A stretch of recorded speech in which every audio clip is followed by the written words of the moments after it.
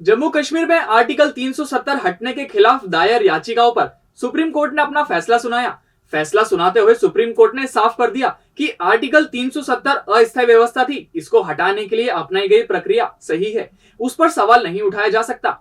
राष्ट्रपति और केंद्र सरकार के पास ये सभी अधिकार हैं। चीफ जस्टिस ऑफ इंडिया यानी सीजेआई ने अपने फैसले में कहा कि आर्टिकल 370 हटाए जाने से जम्मू कश्मीर को फायदा हुआ है, इसे पहले ही हटा दिया जाना चाहिए था। जम्मू कश्मीर भारत का अभिन्न अंग है, यहाँ भी वही कानून लागू होंगे जो शेष भारत में लागू होते हैं। मोदी सरकार ने अपने दूसरे कार्यकाल में 5 अगस्त 2019 को आर्टिकल 370 खत्म कर दिया था। साथ ही राज्यों को 2 हिस्सों में जम्मू कश्मीर और लद्दाख में बांट दिया था। इसके खिलाफ सुप्रीम कोर्ट में कुल 23 याचिकाएं दाखिल हुई थी।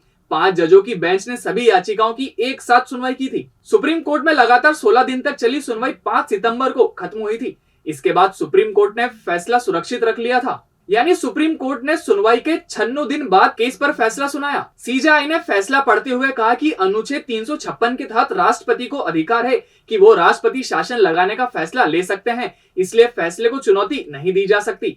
दरअसल फैसले को चुनौती देने वालों ने कहा था कि विधानसभा भंग थी, ऐसे में केंद्र कैसे फैसला ले सकता है। जहां भी विधानसभा भंग होती है वहां केंद्र सरकार फैसले ले सकती है। कोर्ट ने कहा कि राष्ट्रपति शासन लगाने पर कोई सवाल नहीं उठाया जा सकता है। राष्ट्रपति शासन की स्थिति में केंद्र सरकार राज्य के फैसले ले सकती है। जैसे ही महाराजा हरि सिंह ने विलय की बात कही थी, तभी यह साफ हो गया था कि जम्मू कश्मीर भारत का अभिन्न अंग है, इसलिए यहाँ वही कानून लागू होंगे जो बाकी देश में लागू है। भारत का संविधान जम्मू कश्मीर के संविधान से ऊंचा है। जजों ने कहा कि अनुच्छेद 370 अस्थायी व्यवस्था थी,